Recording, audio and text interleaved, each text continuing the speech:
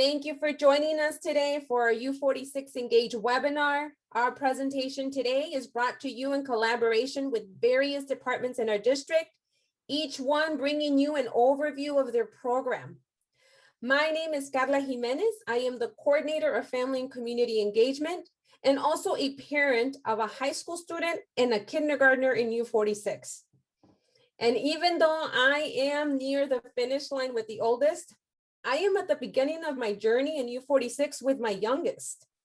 And believe it or not, I've forgotten many things from when I was a previous parent of a kindergartner and the many programs and services that U46 has to offer. And they continue to evolve. So I want to make sure that myself as a kindergarten mom and you as a kindergarten parent are informed. So today's presentation is extremely important to me and to you. It will give me the tools and the knowledge to better prepare my kindergartner as we navigate the second largest school district in the state and to have my son graduate successfully as part of the class of 2033. But before we move on to our presentation, I'd like to let you know a few items. Please know that this presentation is being recorded and it will be available on our U46 website, as you can see the link on the presentation.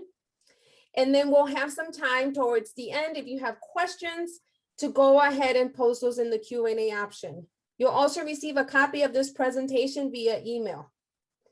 As you include your questions, please make sure to not include any identifying information as this is a public forum and it is being recorded. Throughout the presentation, if needed, we'll share important information or main points in the chat box. Today's presentation is going to cover these topics. It will explain what kindergarten looks like in U46 and how to be ready for first grade. It will give an overview of the various programs offered in the district that your child will be able to take advantage as they travel through their educational journey in the district. And we will end with the opportunity to learn the different levels of engagement that are available at the school and at that district level. And now let me introduce our presenters that we'll have today. We will start with Katie Cox, and Katie is a director of early learners, and she'll be speaking about that kindergarten and also what that transition is going to look like to first grade. We'll have Dr. Annette Acevedo, and Dr. Annette Acevedo will talk about the dual language program and CIOLA biliteracy. Dr. Annette Acevedo is our director of our English language learners program. We'll have April Wells. She's our gifted coordinator, and she'll explain our gifted programming. And then we have Mitchell Briesmeister, and he's our director of educational pathways. And he will talk about the high school magnet academies. And then we have Michelle Chapman, and she's the director of post-secondary success, giving us an overview of the dual credit program. So even though these are secondary high school opportunities, trust me, it goes by fast. So without further ado, we'll go ahead and get started. Ready, set, go, Katie. Good evening, everyone. I'm thrilled to be able to speak with you tonight about the beginning steps where we're going to work together to get your kids and who are quickly to become our kids ready for their graduation. And just like Carla, I have a senior in high school. And just like everyone says, it really does go so fast. So first thing I would like to talk about is for parents of kids that are coming into kindergarten, how can you help us get them ready to go? Early literacy is the most important thing we want to work on with our kids. And before they begin to read, those skills start with speaking and listening. So the more you can talk to your kids and ask them questions and label things and enrich their vocabulary, the more ready they're going to be when they come to school. We also want to talk with them about what to expect in school and what school looks like. So it's a great idea this summer to drive by or walk to the school that they're going to go to kindergarten in and let them see it and talk about what they can expect to see in there and start to learn some of the vocabulary around school. If you can, play on the playground and talk about what recess is and that they will be playing outside with their friends and their teacher.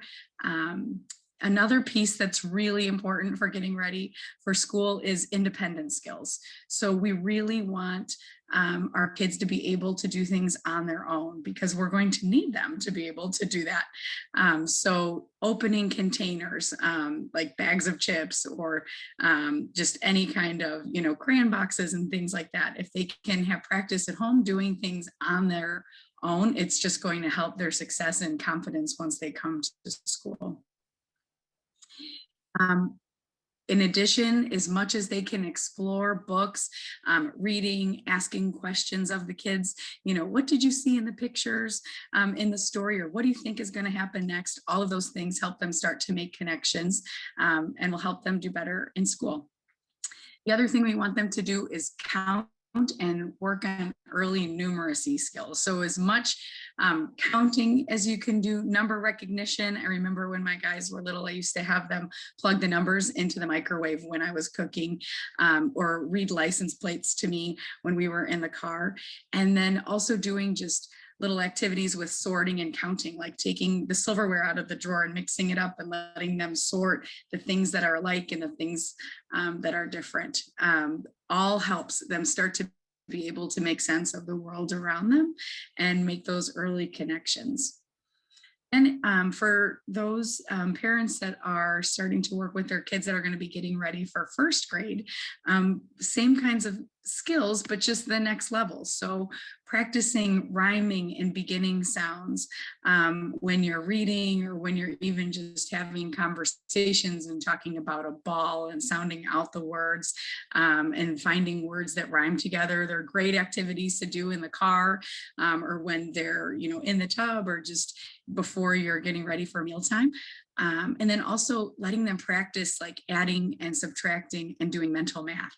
Same kind of thing when you're just having some downtime with the kids, asking them, all together, how many would this be if we had one apple and I added another apple? How many apples do I have?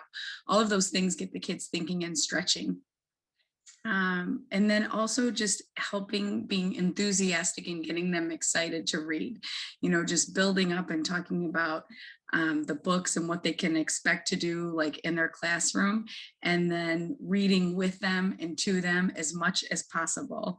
And writing also. So writing is another really important skill that they're going to work on a lot in first grade. And so as much as you can get them to be included in any writing that's going on in your home. So writing grocery lists, writing their name, drawing, all of those skills are going to help them when they are transitioning to first grade. So I'm excited that you all are joining us in our district. And if there's anything that I can do to answer your questions about our early grades, I'm happy to do that. Thank you.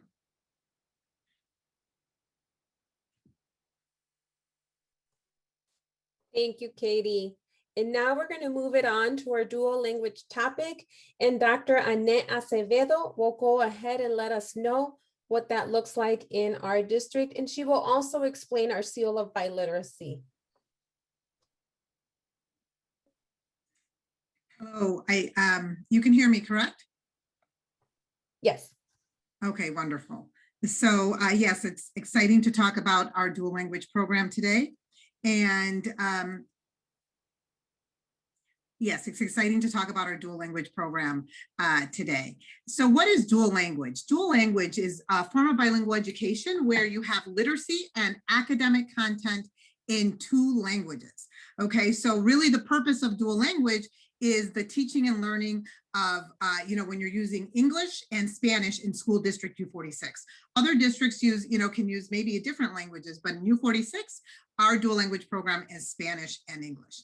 And we really, our goals are to develop a strong and high proficiency in English, and also in Spanish, so in both languages, and make sure that students have positive cross-cultural attitudes as well. We want our students to be prepared to be global citizens. That is our ultimate goal, for sure. So, we call it the teaching and learning program of the 21st century. Why? Because it has benefits for students, family, and the community, and really globally worldwide. It increases cognitive development for our students. We see that students who are enrolled in dual language programming have higher student engagement. And, you know, it really is just a program. I say that it's really addresses equity and giving our students opportunities to develop both skills in Spanish and English. It has a lot of benefits, right? There's a lot of research behind being bilingual and biliterate. Biliterate means you also read and write in both languages. And so we know that that's helpful when you're trying to find a job, when you're trying to communicate with others globally. We know that it helps you in other subjects. And we also know research has shown that it helps with delaying certain manifestations of aging, such as Alzheimer's or dementia. So being bilingual has and biliterate has a lot of benefits. Let's look here. So how can you know, you participate in the dual language program? We have two ways that you can participate. As a entering kindergarten student, if you speak another language in the home, what happens is that we will have to test your child's English language proficiency. And if your child reaches a certain score that the state says they're still developing their English language skills, then they qualify for services. They're considered an English learner, and they're entitled to be in the bilingual program if the home language is Spanish. Otherwise, if you're coming from a monolingual English background, for example, or a native English speaker, or you're a bilingual, you come from a Spanish speaking or another language home, but you're considered English proficient, you can participate in the program as an English dominant student. Okay, so those are the two ways to do it. And so we have what's called a one-way and a two-way model in what we call our 80-20 dual language program. So what does that mean? What that means is, let me tell you, in our one-way program, we have our students who qualify for the program. These are for students, our Spanish speakers who come from a Spanish language background, and they still have not developed their full English proficiency. They're in our one-way programming. But we also have two-way programming, as you heard me say earlier, where we mix our students who are still developing their English language, so we call them English learners or emergent bilingual students, and we combine them with our native English speakers or English dominant students. These are called our two-way programs. Okay, and the reason why we're called an 80-20 model is in pre-kinder and kinder, 80% of the instruction is in Spanish, represented by green, and 20% is in English. First grade, it goes to 70-30. Second grade is 60-40. And from third to sixth grade, you have Spanish and English is 50%. If you look here, I'll show briefly that what we do is we try to change the language of instruction. Remember, English is blue, Spanish is green, depending on the grade level you're at. So for instance, in math, if you're in kinder, first or second, you take it in Spanish. But when you're in third and fourth grade, you take it in English. And reading and writing, depending on what grade you're in, will alternate maybe every 6 weeks in both languages, starting from, for example, in reading, starting in second grade.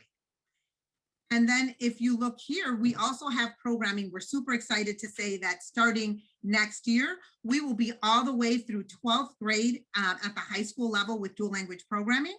And we alternate there as well. In middle school, they take Spanish language arts and social studies in Spanish, but in high school, it alternates depending on the subject and depending on the year.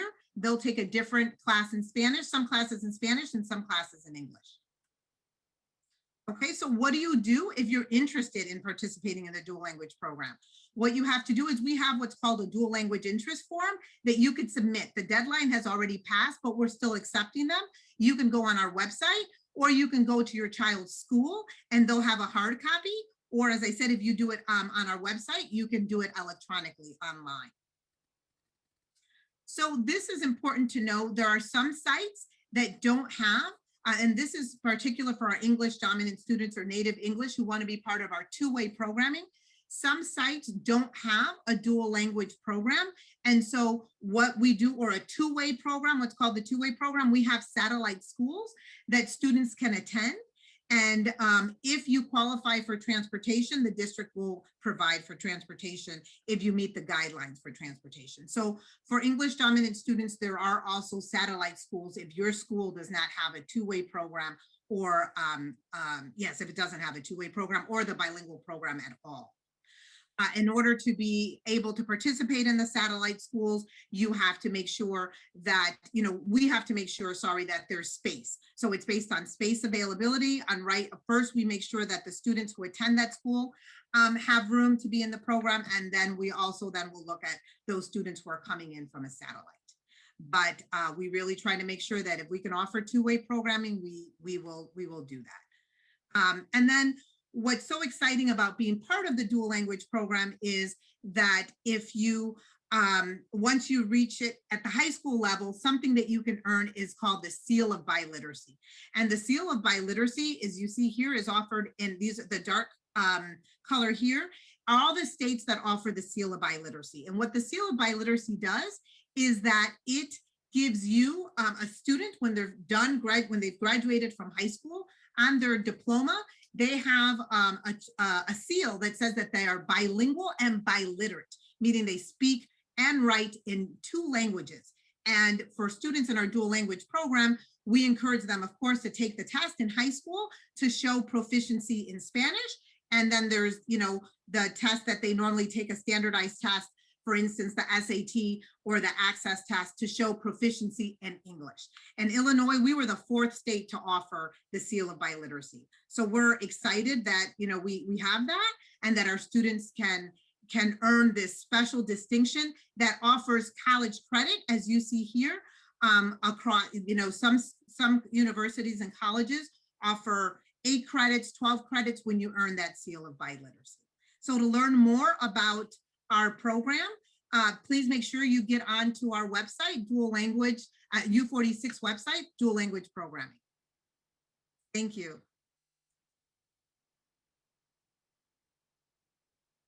Thank you, Annette. Thank you so much for that. And now we'll introduce April Wells, and she's going to talk to us today about our gifted programs. Thank you.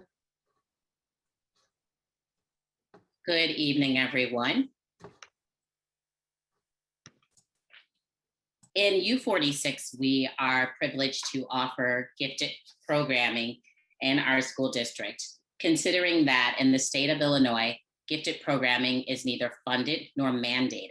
So our district has made a commitment and continues to provide for the needs of high ability learners in our school district.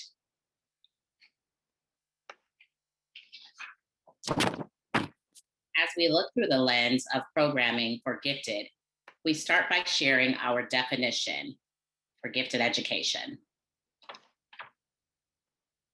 We define gifted in District U46 as students who perform or show the potential to perform at remarkably higher levels when compared to their peers of comparable age, experience, and environment.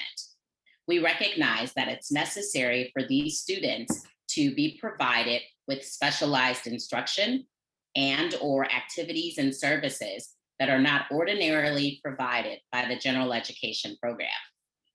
Our definition of gifted reflects our beliefs and values. It is also aligned to the national definition as set forth by the National Association for Gifted Children. We believe that meeting the needs of gifted and high ability learners is and continues to be a priority that allows us to acknowledge our work through the lens of diversity and equity. High ability learners have a right to learn something new every day. It's important to stress that in District U46, we have a belief that resonates, and gifted students are identified in all racial, ethnic, socioeconomic, and language groups. We have allowed ourselves to develop programming that adheres to national programming standards set by the National Association for Gifted Children. And we recognize that giftedness knows no boundaries. Much of our efforts in gifted education in District U46 center around these components and raising awareness and meeting the needs of high ability learners. We believe that a gifted learner has a right to be challenged in a learning environment and be provided and exposed to experiences that will allow them to grow and to maximize their potential. We believe that the learning environment for gifted and talented children is one that must foster and meet their unique needs, both the academic and the social and emotional needs. We provide specialized training for our teachers of gifted in order to respond to the unique needs of the gifted learner. We also recognize that gifted children can also have experiences that require them to have unique social and emotional support. We recognize that some of our brightest learners and brightest students in school may not always achieve, and we provide supports and interventions to allow them to maximize their potential. We also adhere to the understanding that giftedness knows no boundary and that we pursue efforts that allow us to have inclusive excellence, where we recognize that dismantling barriers to provide access into gifted programming for students from backgrounds who are traditionally marginalized is embedded inextricably in our work in U46.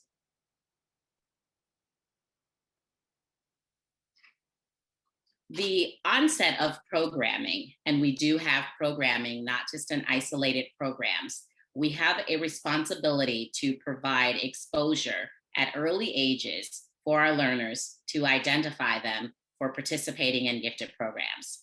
Something unique about the work of Gifted in District U46 is our philosophy is no longer like the regular or traditional model of Gifted, and that we identify students for Gifted and then we serve them.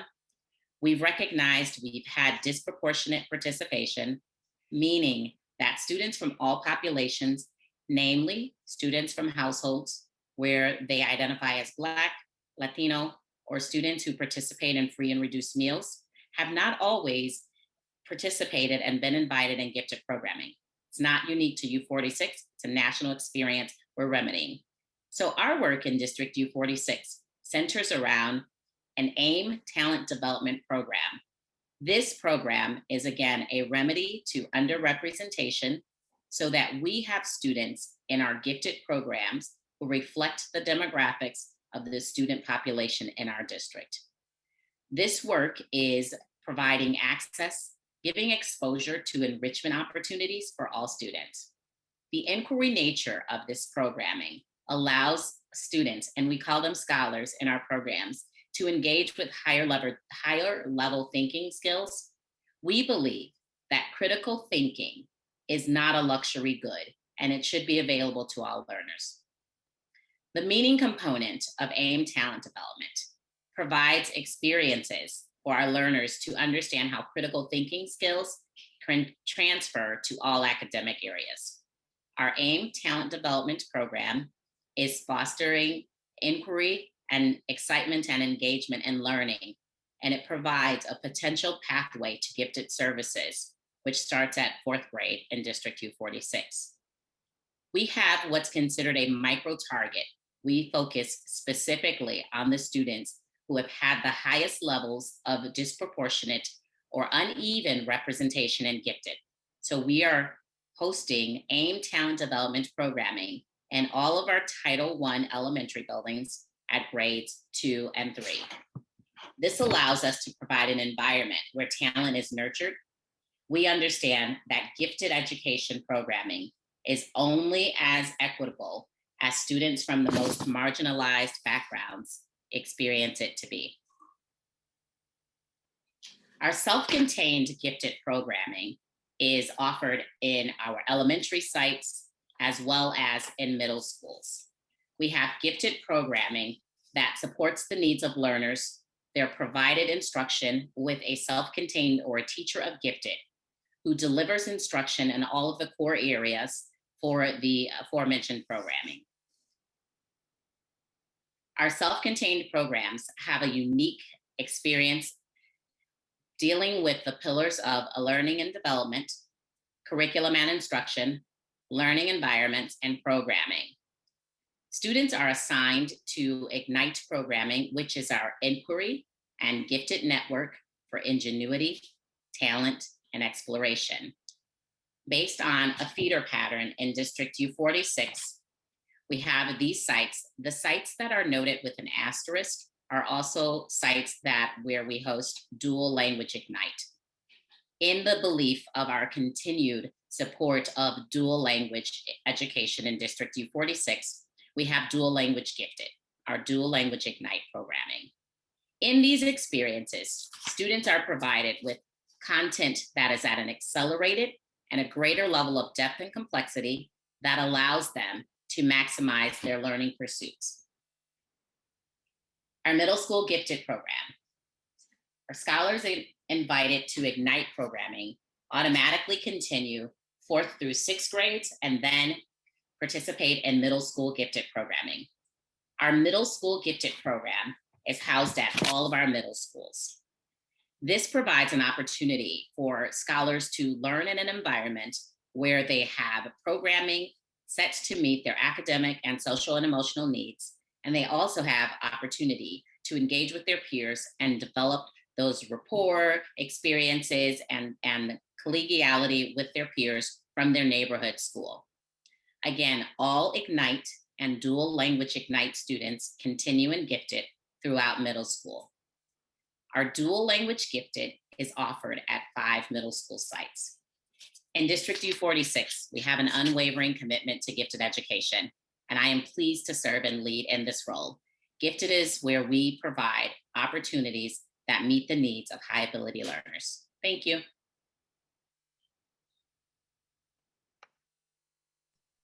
Thank you, April. Thank you for that. And now we're going to move on to our magnet academies. And so we'll have Mitchell talk to us about that opportunity that we have in our middle going into high school. Good evening, parents and guardians of U46 students. My name is Mitchell Briesmeister. I'm the Director of Educational Pathways, and today I'm going to be talking to you about a very special program that we have at each of our high schools called the Magnet Academies.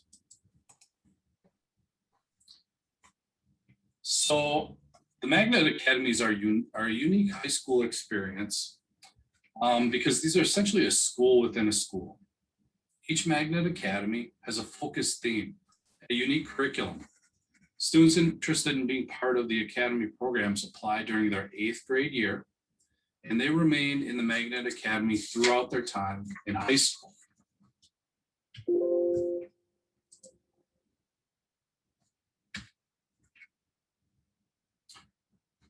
Being part of a Magnet Academy and the unique experience it involves for students involves them acquiring core academic knowledge and skills, as well as foundational knowledge and skills with the magnet focus theme.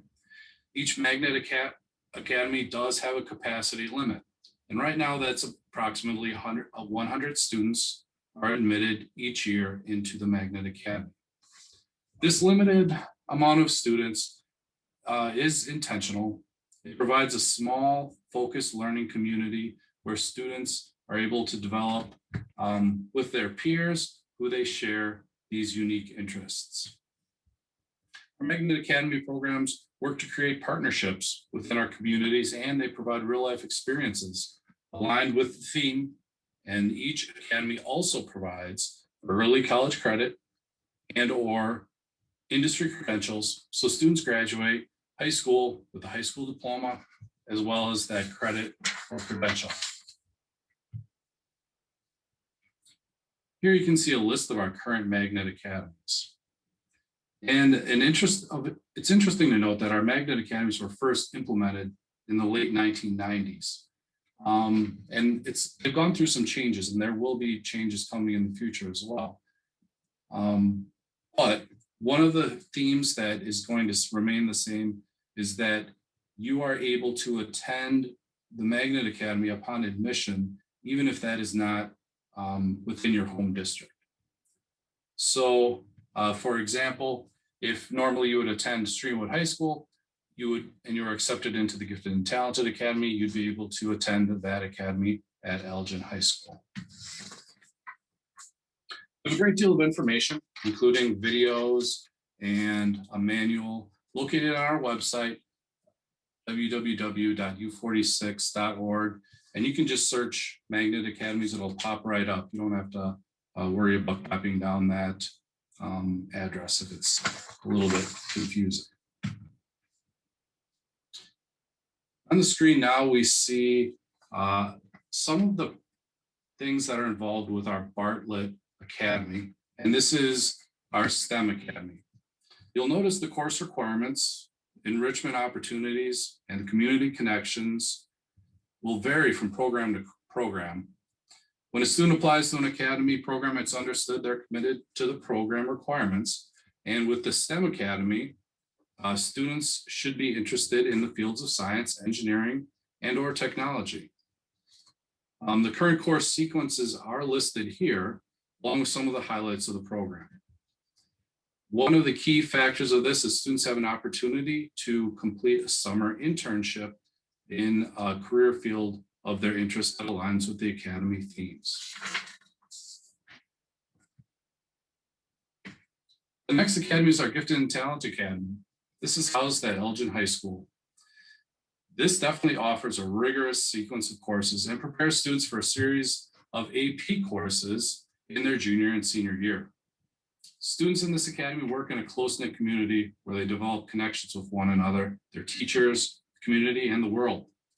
This is definitely a very academic focused and very rigorous academy, and it's preparing our students for post-secondary education. During the senior year, they demonstrate their skills by completing a year-long project of their choosing. The Visual and Performing Arts Academy is located at Larkin High School. So students in this academy can study in a focus of dance, drama, art, or music. In this academy, there's a focus on developing the whole student. The creativity within each individual is explored and developed. Students have an opportunity each year to showcase their talent through performances and exhibits. In the junior and senior years, students have opportunities for AP credit in the fine arts. Our Beacon Academy is housed at South Elgin High School. And this program just received a full upgrade. The studio is ESPN compatible. The courses at the Beacon focus on teaching students the theory and the skills for broadcast journalism, audio video production, web design, casting, working in television, film, or the radio industry. And it's done in a collaborative workshop environment. Educators at Beacon connect students to authentic experiences throughout the program. Students produce media through the district and in the community. They compete in national competitions and produce their own in-house awards ceremony. Beacon is currently applying for Magnet Schools of America certification. And finally, we have the World Languages and International Studies Academy. This is housed at Streamwood High School. Currently, the focus is studying some of our world languages and their applications in a global theater setting. So next year, we are anticipating some changes, and we are exploring various themes, including entrepreneurship. So the question comes to, why think about magnet academies now? And given that you're parents of kindergartners, that can be a tough question. But the biggest thing to think about is providing your students as many exploration experiences as possible, but keeping the themes of the magnet academies in the back of your head as you watch your child develop and find their aptitudes. We'll run through these a little bit. We're getting a little bit short on time. But I do want to assure you that entrance into the magnet academies has been radically changed. So we're working on breaking down all of our access barriers so that all of our students have an equal opportunity to participate in these programs, and they're supported on their journey throughout that program. Right here, we have some of our driving goals for our academy development sustainment. And if you are interested in reaching out, the first place to look would be our website. That's a fantastic resource, but also please reach out and message me on Let's Talk Educational Pathways, and I can give you a personal introduction on all the things that we have going on at our Magnet Academies, as well as an insight to some of our future growth opportunities for making them even more engaging and valuable to your young person. Thank you.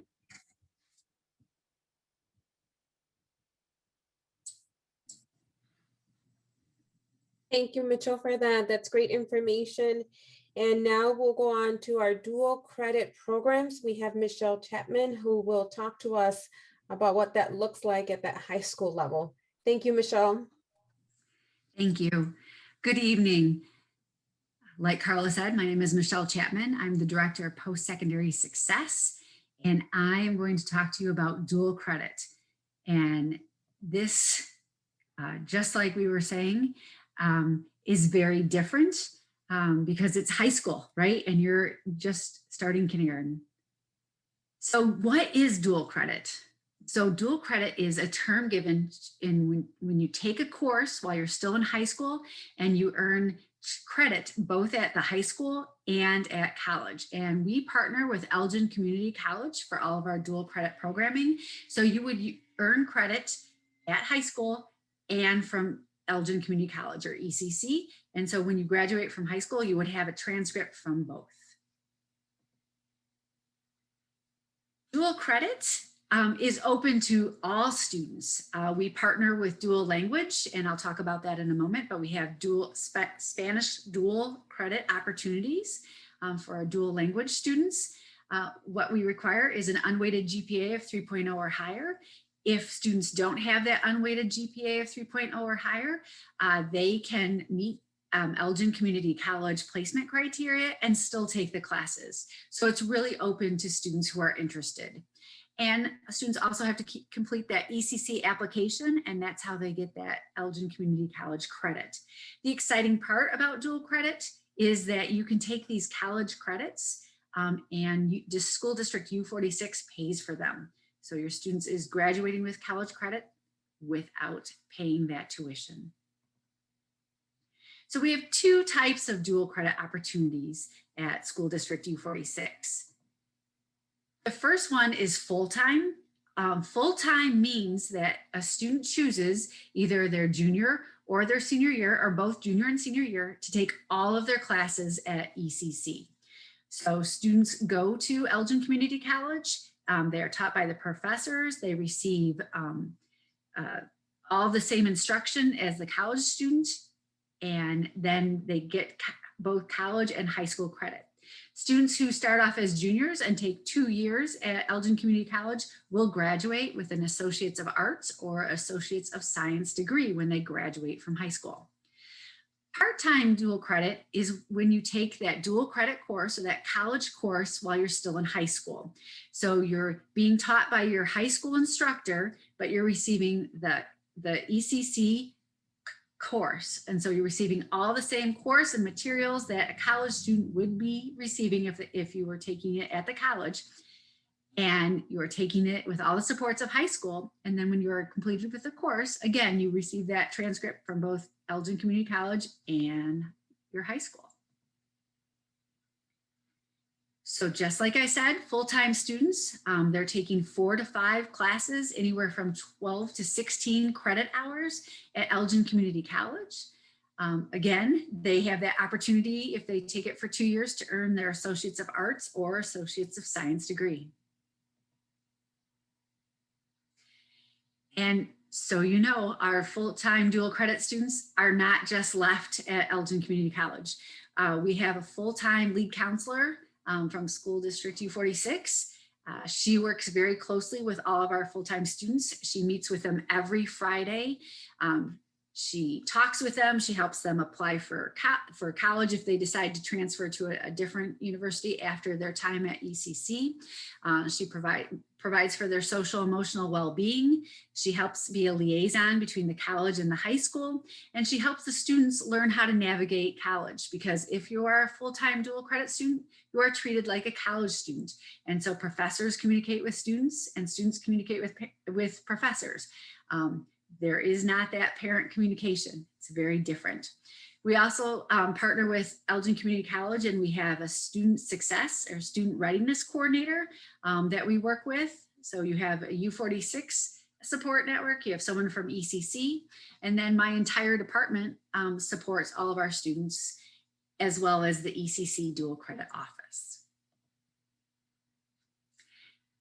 Like I said before, as you're thinking ahead, and it does go by very quickly, for those of us who have older students, we can't believe that they finish high school that quickly. But something exciting to note, that if a student is a dual credit student, U46 will pay all the fees and tuition. And the only thing families are responsible for is the U46 registration fees. Part-time was our other type of dual credit. Part-time, again, is when you take that Elgin Community College course while in the high school building. So you have your high school teachers teaching that college course. Right now, we're teaching English 101 and 102. We're teaching math, college algebra, and trigonometry. And like I said before, within the dual language program, we're teaching intermediate Spanish and Spanish conversation and composition.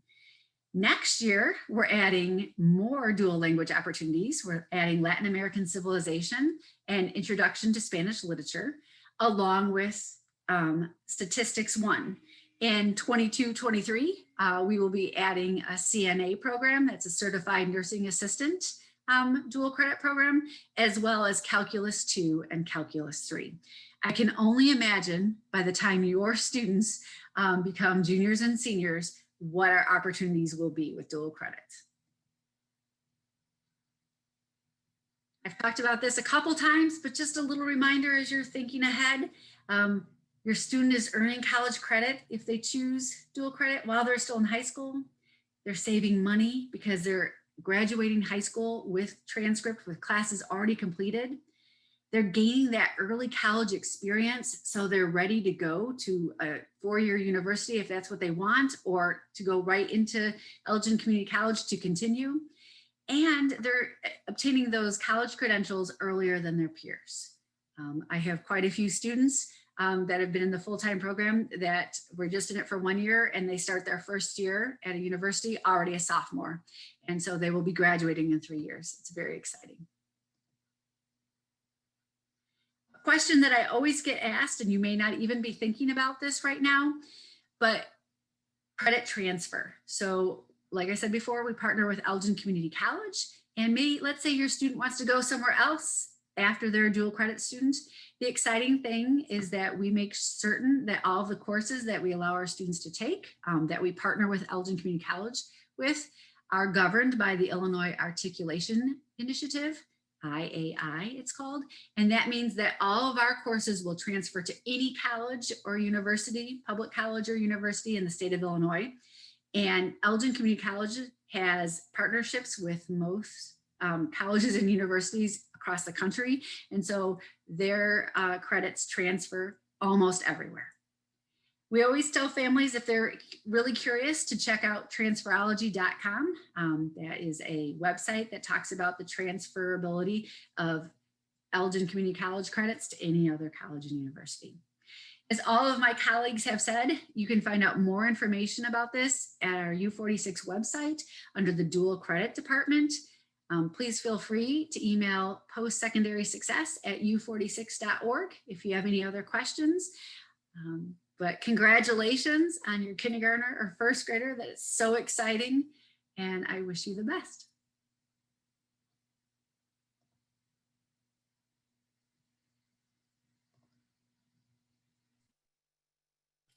Thank you, Michelle. That's great information to know. I mean, I know it seems a little bit down the road, when we think about our class of 2033 and class of 2034 students, but it'll be here sooner than later. And like I said, these are opportunities that are offered throughout the district, and they continue to grow. So it's important that we just at least understand kind of an overview of these. We're not asking to become experts or to know the details, but at least know that this will be something that your child will be offered down the road in their educational journey. And so some of the other things as a parent that we offer to be engaged in this educational journey is, from that school level, being part of the parent groups. Those parent groups can look different. And by parent groups, we mean the parent teacher organizations or parent teacher associations, and they can look different at every building. So we encourage you to contact the school principal, let them know that you're interested in being involved in these, and talk to them a little bit more about have them explain to you what initiatives they're working on, what kind of projects, and see if that's something that interests you.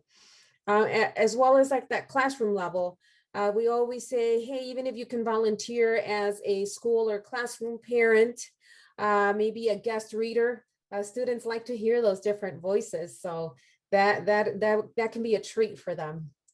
We do have various parent programs such as this one, U46Engage. So thank you for joining us tonight.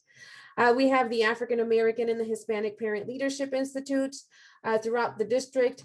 And the school year, we offer parent cafes, giving you that opportunity to network with other parents and talk about parenting strategies in various ways. So reach out to your school and see if there's a schedule coming up. Advisory councils. So this is where you really get your hands dirty, that nitty-gritty stuff that you can do, make a change, have your voice heard. And so we have the African American Advisory Council. We have the Bilingual Parent Advisory Council, which is celebrating Dia del Niño, Children's Day this week. So make sure you visit their Facebook page. It's all virtual, but they have lots of great activities and prizes throughout this week. Community advisory councils, various areas to get involved in this finance, family engagement, special education. They have different topics that you can be a part of. We have our Faith Leaders Advisory Council, and then we also have our U46 Educational Foundation. And most important, communication. That communication, and in order for us to be able to have that, we do ask that you update that contact information in our Infinite Campus parent portal to make sure that is correct. Double check with your school, make sure they have that correct information, and to keep that two-way communication between our parents, teachers, schools, and district. With that, thank you everyone for joining us tonight. Please, if you have any questions, go ahead and include them in the Q&A box. They have been coming in, so greatly appreciate that. I want to thank all of our presenters for this overview of all the opportunities our young ones can be a part of now and later on. You will receive a copy of this presentation and also a recording of it.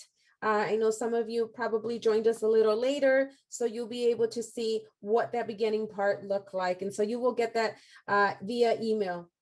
And in the email, you are also going to find a link to our survey. Please take a moment to complete that. In the survey, you'll also have the opportunity to include your contact information in case we're not able to answer your question tonight or you thought about it afterwards. Go ahead and include your contact information and we'll make sure to follow up with you. And make sure to visit our U46Engage webinars page to see upcoming webinars. We have about 3 webinars left this school year, so make sure to visit that for those topics and to register for those. And then here is a great link to bookmark is to our COVID site, where you'll find the latest information right now with those on distance learning and those in-person learning. So make sure to bookmark this page. Any more information that you need about the programs, as it has been mentioned, visit our website, www.u-46.org. On the top of the page, you're going to see a menu that says departments and programs. This is only a handful of what we reviewed tonight. You're going to see there a list of other programs that we have. So make sure you visit that site. And also we have our Let's Talk tool, it's our customer service tool. If you need follow-up information, you can go ahead and reach to each of our departments through that as well. Again, many thanks for joining us. If you have any questions, include them in the Q&A and we can go ahead and address those. We have a question here for April. How soon would we know if our child is accepted? Oh, I'm sorry, for Annette, Dr. Acevedo, for a dual language program? So one of the first steps is submitting the dual language interest form. And we are hoping, so what we do, our deadline just passed last week. As I said, we are still receiving applications, interest forms. We are still accepting them. And so I would say we're looking at May, before school is out is when we would hope to be able to make most decisions. Sometimes though, depending on the numbers, that doesn't always happen. And sometimes we're still making decisions into the summer, but we try to make sure that we keep you informed about how the process is moving along. Thank you. Thank you for asking. Thank you for asking. And questions came in throughout the evening, so thank you for getting through those. If anyone has any additional questions, please go ahead and include them.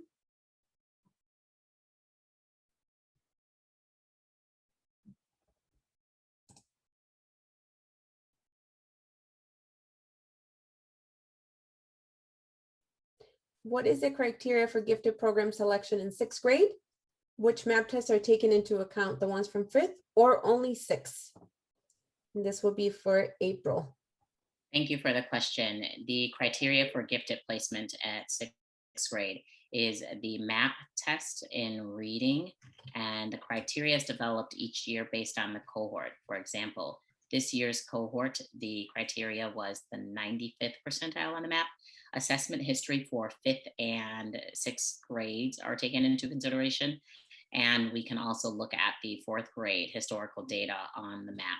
In addition, we do have a criteria that can be established and met through the COGAT. And again, that data is set based on the outcomes for the cohort. So identification each year reflects the distribution of scores from the students in that candidate pool. Thank you. There's another question for you. Can accelerated program be started at kindergarten? Can they test the child in kindergarten? Great question. So accelerated placement is provided through the state of Illinois, which allows students to be in a learning environment that matches their ability and not hold students to the lockstep order of school by grade. So there's the early entry to kindergarten. And for that information, you would access the early learners department. And for any acceleration inquiries after kindergarten or early entrance to kindergarten would be facilitated through the gifted office.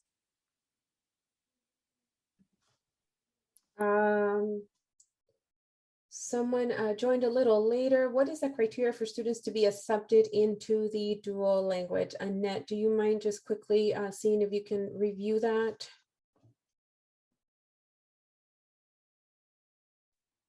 Not at all. I don't mind at all. Thank you for the question. So really is if you're speak another language at home and you have a Spanish language background if you speak another language at home, we basically, the state requires that we assess your child's English proficiency. And so we do that. And if you have a Spanish background and your child qualifies for English language learner services, then your child is entitled to be in the dual language program. There really isn't a, necessarily qualification criteria per se. If they qualify for services, then they will be able to enroll in either the one-way or two-way programming. If you do not speak another language at home, or if you do speak another language at home, but your child is English dominant, then he or she may participate in the program as an enrichment program. But that depends on whether we have a two-way program at that school, or if it's at another school, how many students, how many spaces or slots we have available. Sometimes children are put on a waiting list. It depends on the site and the number of students we have, interested at the time. Thank you for the question. Thank you, Annette. Mitchell, may students participate in extra and co-curricular such as band if they are in an academy? Yes, they can. We do want to focus on developing the whole child and focusing on their interests and their aptitudes. So yeah, we want to make sure that they can participate in those as well. Wonderful. Thank you, everyone. That was our last question. Thank you for joining us. Have a great evening, and we will see you at our next U46 Engage webinar. Have a good night.